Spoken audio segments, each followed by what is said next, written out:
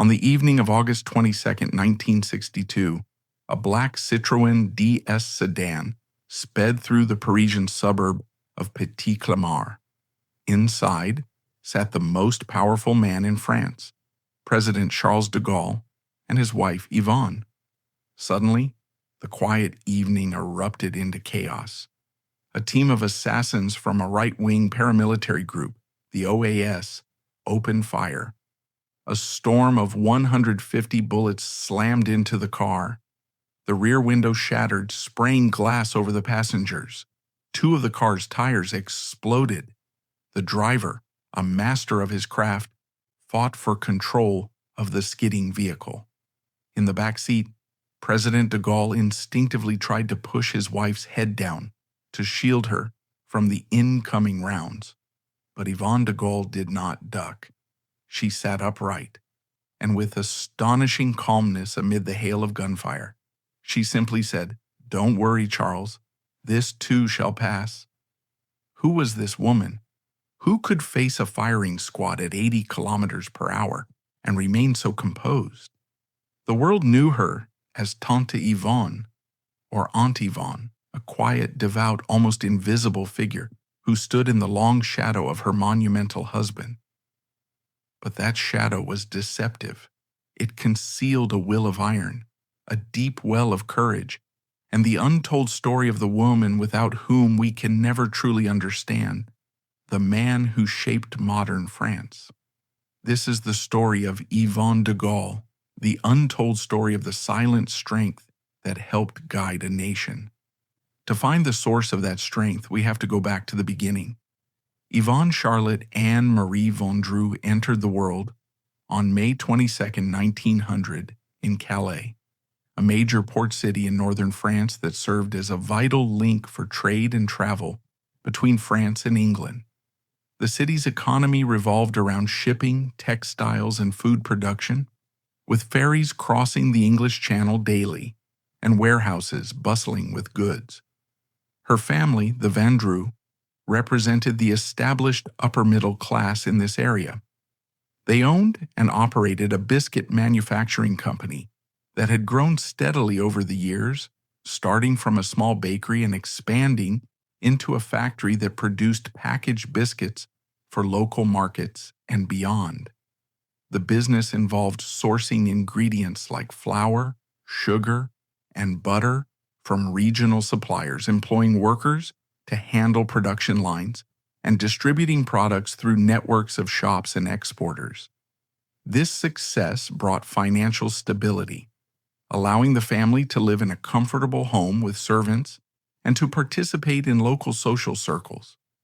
However, the Vendroux were not defined solely by their business achievements. Their identity was deeply rooted in a conservative Catholic tradition that influenced every aspect of daily life. They attended Sunday Mass at the local church without fail, contributed to charitable causes supported by the parish, and upheld values such as hard work, humility, and family loyalty. Social gatherings often included discussions on moral issues, and the family avoided modern trends that clashed with their beliefs, like excessive entertainment or liberal politics. For a young woman like Yvonne in this environment, life followed a clear and conventional pattern. Her education began at home with basic lessons from her parents or a tutor, but soon shifted to a convent school run by Dominican nuns, an order focused on education and spiritual formation. The school day started early with morning prayers in the chapel, followed by classes in subjects like French language, arithmetic, history, and geography. A significant portion of the curriculum emphasized religious instruction, including Bible studies, catechism, and lessons on saints' lives to build moral character. Practical skills were also key. Girls learned needlework for mending clothes, basic cooking to prepare simple meals, and household management, such as budgeting and organizing servants. Discipline came through strict rules: no talking in hallways, uniforms checked daily, and penalties like extra chores for breaking routines. The nuns aimed to prepare students for roles as wives and mothers, stressing obedience, modesty, and devotion to family. There was no encouragement for pursuing university studies or professional careers. Instead, the path led to an arranged or approved marriage within similar social and religious circles. Yvonne would be expected to select a husband from families like her own, perhaps a businessman or landowner, who could provide security and continue the conservative lifestyle. Her daily responsibilities after marriage would include overseeing the home, raising children with Catholic education, and hosting family events, all while staying out of public affairs. In the nearby city of Lille, about 60 kilometers southeast of Calais, Charles de Gaulle was growing up in a household that mirrored some of these elements, but with a different emphasis. Born on November 22, 1890, he was the son of Henri de Gaulle, a philosophy teacher at a Jesuit-run school, and Jeanne Maillot, from a family with military ties. The de Gaulle home was filled with books on history, philosophy, and literature, where evenings often involved debates on topics like French nationalism or ethical dilemmas from classic texts.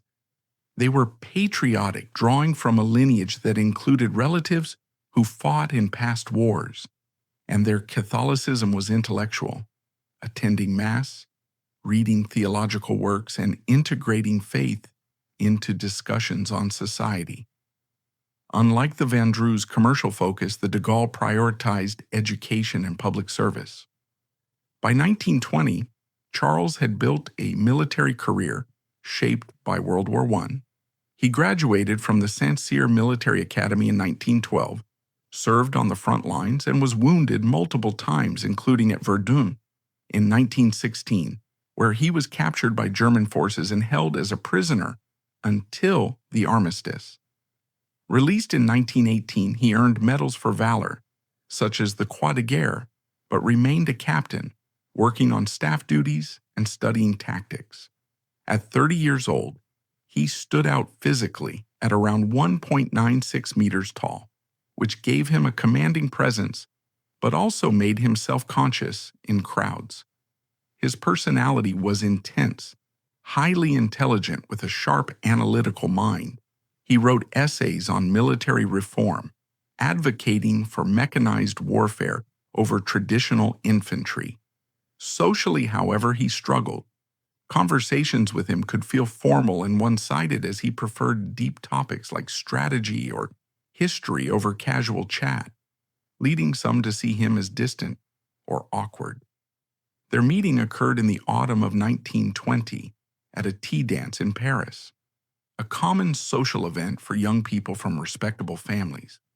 These gatherings took place in upscale venues like hotel ballrooms, featuring light orchestral music, dancing such as the waltz or foxtrot, and servings of tea, cakes, and sandwiches. Attendees dressed formally, women in modest dresses, men in suits, and the atmosphere was supervised to maintain propriety. Charles, possibly in the capital for military business or a brief leave, noticed Yvonne among the guests. She was 20, with a composed demeanor that stood out. Her posture and quiet manner suggested confidence without showiness. He felt drawn to her stability, which contrasted with his own unease in social settings where small talk dominated. Rather than approaching her directly, which would have been improper, he enlisted a mutual acquaintance, likely a friend from military or family circles, to facilitate an introduction. This followed etiquette. The friend would confirm interest discreetly and arrange a formal meeting. The courtship proceeded according to the norms of their class and era. It involved chaperoned outings, such as strolls in Paris parks like the Tuileries Gardens, where a relative or trusted companion walked nearby to oversee interactions. These walks allowed for conversation while keeping things public and respectable. Formal visits to family homes followed, with Charles calling on the Vandrew residents in Calais or Yvonne visiting the de Gaulle in Lille. Initial talks covered safe subjects, recent news, weather, or shared acquaintances. But as they grew comfortable, discussions deepened. They explored literature, perhaps works by French authors like Victor Hugo or Catholic thinkers like Blaise Pascal, and history touching on France's past glories and current recovery from the war. Their Catholic faith provided common ground. They might have shared views on church teachings or personal devotions. Yvonne held her own in these exchanges, drawing from her convent education to offer thoughtful responses without deference. She appreciated Charles's ambition and sense of duty, while he valued her steady temperament, which offered a counterbalance to his driven nature. Yvonne's family expressed initial concerns about the match. A military career meant frequent relocations, postings to garrisons in France or colonies like Algeria, an irregular income as officers' pay was fixed and promotions uncertain. Compared to the Vandrew business, which provided steady wealth and a fixed home base, this seemed risky. They might have preferred a suitor from the industrial sector, someone who could integrate into family enterprises and ensure continuity in northern France. Questions arose about financial security. Could Charles support a family without relying on Yvonne's inheritance? Socially, while the de Gaulle were respectable, they lacked the commercial ties that bound regional elites. Despite this, Yvonne remained determined. She saw in Charles a depth of character, his commitment to France, his intellectual rigor, and a quiet integrity that outweighed practical worries. Her resolve likely stemmed from personal conviction, perhaps after private reflections or prayers, and she advocated for the relationship in family discussions. They concluded their courtship with marriage on April 7, 1921. The ceremony took place in Calais at the Church of Notre Dame, a historic site with Gothic architecture that symbolized their shared faith. It was a traditional Catholic wedding. The couple exchanged vows before a priest, with readings from Scripture emphasizing unity and duty. Attendees included immediate family, close friends, military colleagues of Charles, and business associates of the Vandrew. The reception followed at the Vandrew family home, featuring a meal of French dishes like roast meats, cheeses, and biscuits from the family factory, along with toasts to the couple's future. This union was not marked by intense emotional displays or romantic fervor, as might be seen in more impulsive pairings. Instead, they shared a profound respect for one another, and their values were perfectly aligned. Charles and Yvonne complemented each other in practical ways. Her calm practicality balanced his visionary intensity, and they shared core principles, a firm Catholic belief that guided ethics and decisions, a strong emphasis on family as the center of life, and a deep patriotism rooted in France's cultural and historical identity. Together, they formed a cohesive unit, ready to face whatever came next based on these solid ties. The first decade of their marriage was a tour of military life. Yvonne dutifully packed up their home and followed Charles from one posting to the next, to Paris, to Trier, in occupied Germany, and even to Beirut, Lebanon. She was incredibly adaptable, creating a stable French home in foreign lands. Their first son, Philippe, was born in late 1921, followed by a daughter, Elizabeth, in 1924. By all accounts, it was a conventional, if transient, life. But in 1928, everything changed. Their third child, a daughter they named Anne, was born. And soon it became clear that Anne was different. She was diagnosed with Down syndrome. Today, we have a greater understanding and acceptance of developmental disabilities. In 1928 France, the diagnosis was a devastating blow. It brought not just heartbreak, but the heavy weight of social stigma and medical ignorance. The standard advice given to families of wealth and standing was blunt: place the child in a sanatorium or a remote institution out of sight and out of mind, and move on with your life. It was considered a source of shame, a genetic failing, to be hidden away. Yvonne de Gaulle refused. In an act of quiet but fierce rebellion against the conventions of her time, she declared that Anne would live at home. She would be raised, loved, and cared for as a full member of the family. This single decision would define Yvonne's life for the next 20 years. She became Anne's primary caregiver, teacher, and protector. Her daily life became a routine of immense patience and dedication. She worked with Anne on her motor skills and basic communication, celebrating every small victory. More than that, she shielded her daughter from a world that did not understand. In public, she would have to endure the stares and whispers of strangers, which she met with a cool, unbreachable dignity. This mission also revealed a side of Charles de Gaulle that the world would never see. The stiff, formal officer would melt in his daughter's presence. Family members described how he would lie on the floor for hours, playing with Anne, singing her songs, and making her laugh. She was the one person who could command his complete, undivided, and gentle attention. He called her his joie, his joy. The shared responsibility for Anne forged a bond between Charles and Yvonne that was stronger than steel. It was a private world they built together, a shared purpose that transcended career ambitions or public life. It taught Yvonne a profound empathy for the vulnerable and gave her a strength she never knew she possessed. She wasn't just raising a child, she was defying the judgment of her entire society every single day. As the 1930s drew to a close, the private world of the de Gaulle family was about to collide with the chaos of global conflict. In May of 1940, Hitler's war machine smashed through the French defenses. Charles de Gaulle, now a temporary general leading one of the few tank divisions to counterattack effectively, was brought into the government as it was collapsing. As the French leadership prepared to surrender, de Gaulle made the most fateful decision of his life. On June 17th, he boarded a small plane and fled to London to continue the war. He left with almost no time to say goodbye. Yvonne was at their newly purchased country home, La Boisserie, in the village of Colombe-les-Deux-Églises. With her were Philippe, Elizabeth, and the now 12-year-old Anne. Her husband was gone, a fugitive from a government that would soon condemn him to death, and the German army was closing in. What followed was a terrifying flight.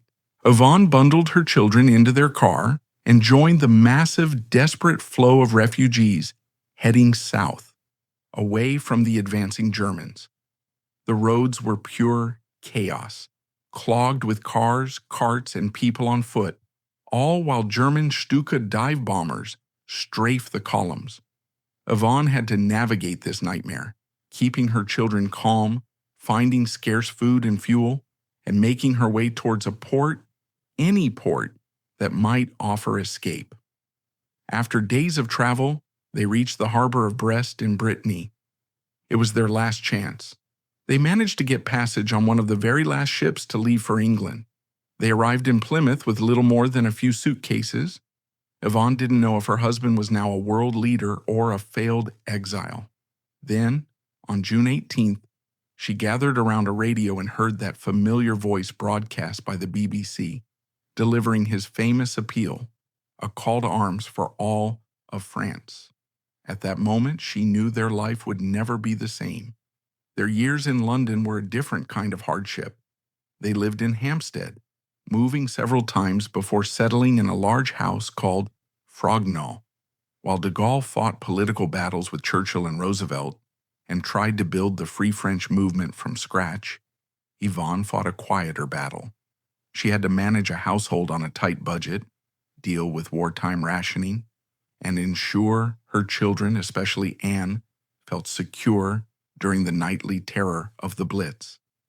Her primary role was to create a sanctuary of French life, a calm, orderly home where the general could retreat from the immense pressures of his work. She was the anchor that held him steady in the storm.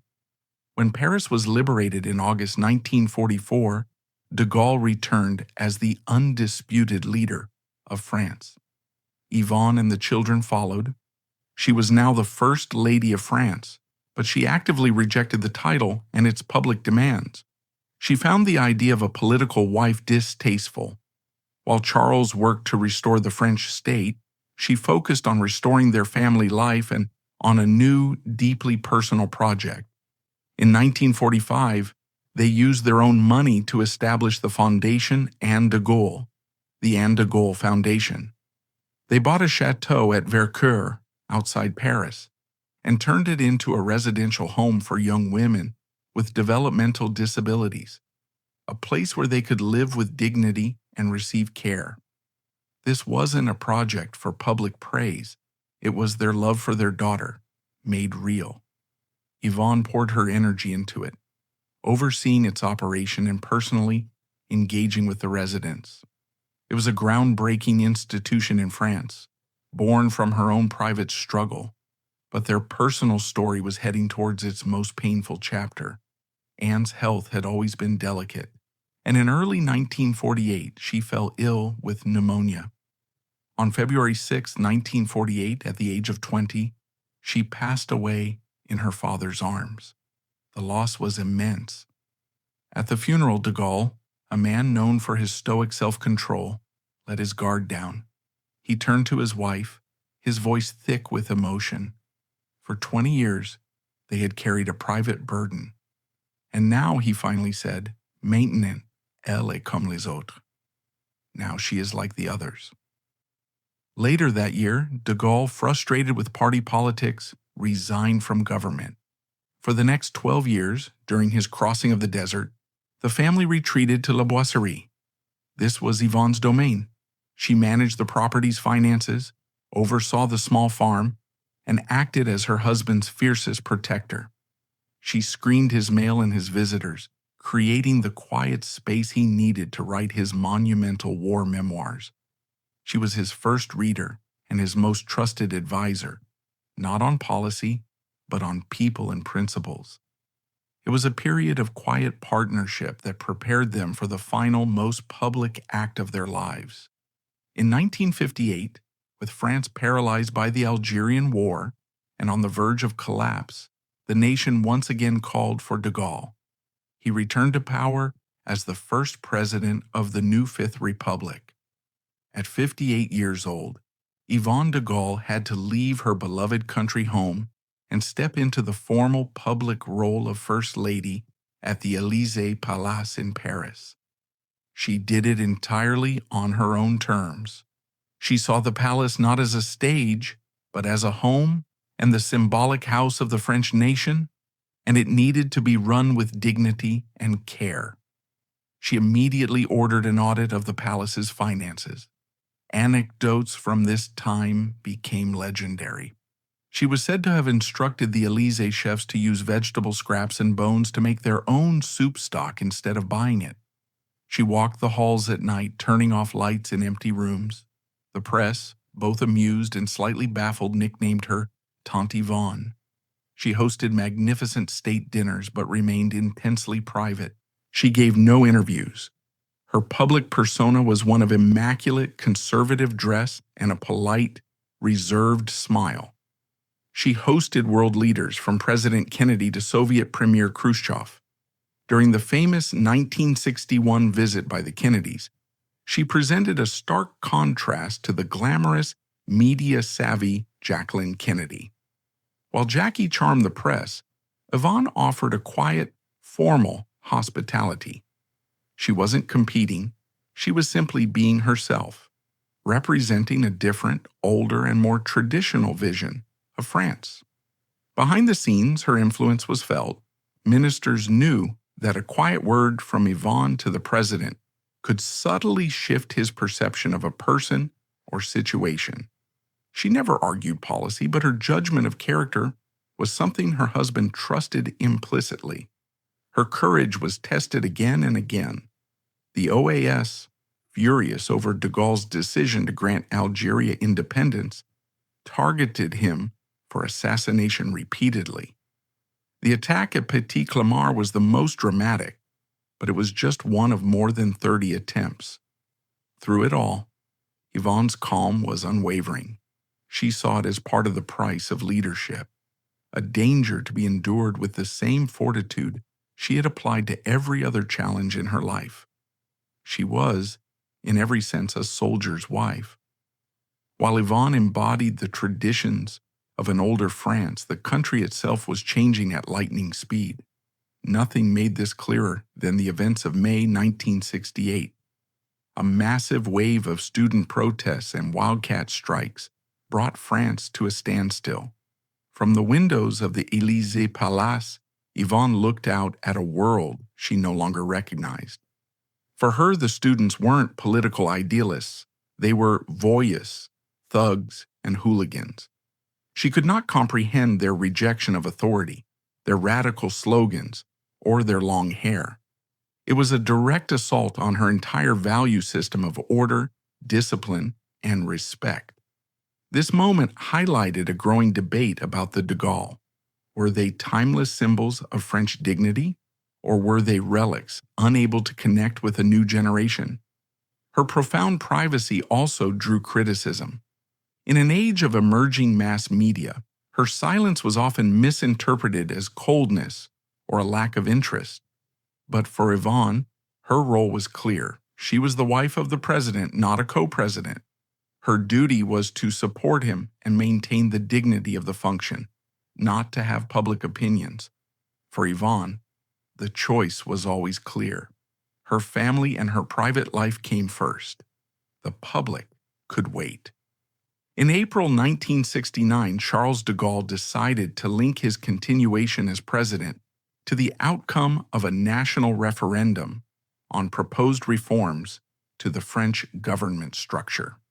The referendum focused on decentralizing power by creating regional councils and altering the Senate's role to include more representation from economic and social groups, aiming to modernize administration and reduce central bureaucracy. De Gaulle viewed this as essential for France's efficiency, but critics saw it as a way to weaken opposition in Parliament. He publicly stated that a no vote would mean his resignation, turning the vote into a direct test of his leadership after a decade in office, marked by economic growth but also social unrest, like the 1968 student and worker protests. On April the 27th, the results came in. About 53% voted against the reforms, with turnout at around 80%, reflecting widespread dissatisfaction in rural areas and among left-wing voters who opposed what they perceived as diluted democracy. The loss was a clear rejection, ending his era of unchallenged authority. His response was immediate and straightforward.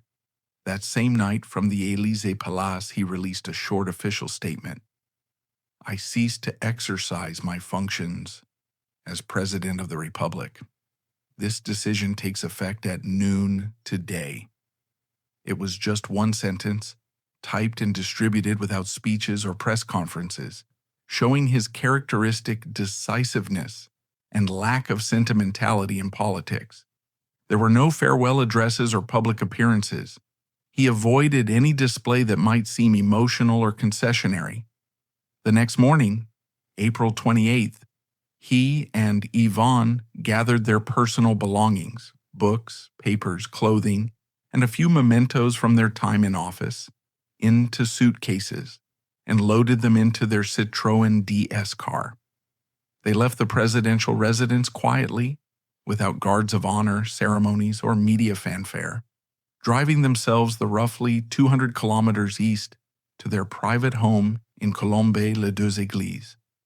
La Boisserie, a modest stone house they had bought in 1934, sat on a wooded property in the Champagne region, offering seclusion with its simple rooms, library, and garden. This marked the definitive end of their involvement in public affairs, as de Gaulle retired completely from politics, refusing offers for other roles and focusing on writing his memoirs. A little more than 18 months later, on November 9th, 1970, Charles de Gaulle was at La Boisserie, following his routine in retirement. He had spent the day working on correspondence and reading, then settled into his study to prepare for the evening television news broadcast, a habit he kept to stay informed on current events. Around 7:30 p.m., while standing near his desk, he suddenly felt a sharp pain in his chest, clutched at it, and collapsed to the floor from a ruptured aortic aneurysm. Yvonne, in a nearby room, heard the noise and rushed in, finding him unresponsive. A local doctor was called but arrived too late.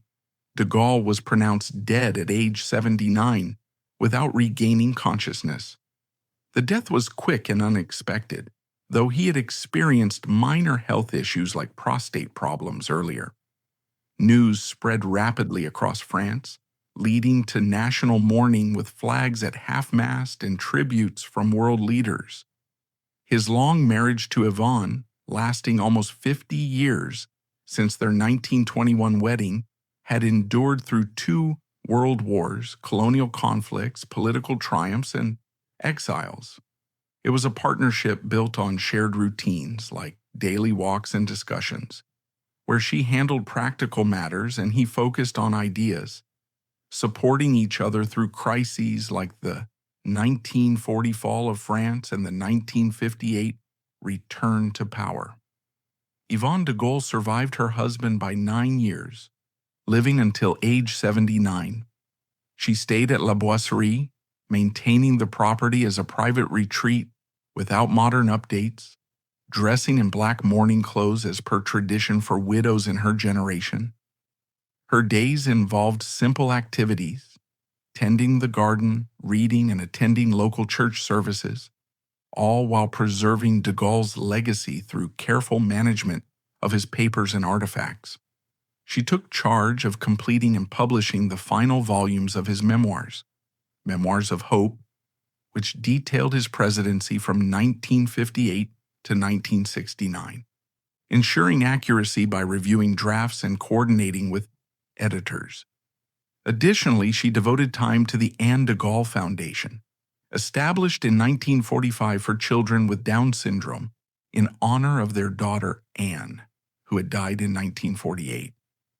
Yvonne visited the foundation's facilities regularly, oversaw fundraising through donations and events, and expanded its services to include residential care and education programs for intellectually disabled youth.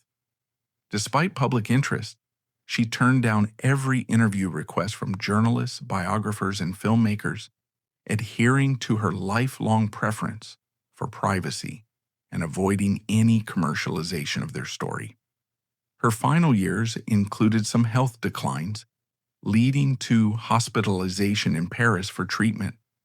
She died on November 8, 1979, at the Val-de-Grâce Military Hospital from complications related to old age and was buried beside Charles and Anne in the Colombe churchyard, with a simple funeral attended by family and close associates. Yvonne de Gaulle's ultimate legacy isn't found in monuments or history books. It is found in the quiet, dignified standard she set. She created the modern model for the French First Lady, a role defined not by political influence or celebrity glamour, but by moral authority and personal discretion. She demonstrated that strength does not have to be loud, and that courage can be as present in a quiet hospital room as on a battlefield. Her life offers a powerful lesson in an age of constant exposure. It's a reminder that a life of purpose, love, and immense inner strength can be lived almost entirely outside the public spotlight. She was the steady hand, the calm heart, the silent partner in one of the 20th century's most consequential lives. She wanted to be buried simply, beside her husband and her beloved daughter, Anne, with a simple stone reading only her name, Yvonne de Gaulle. It was a fittingly modest end for a woman who showed the world that the greatest strength and the deepest devotion can be found in the quietest of lives.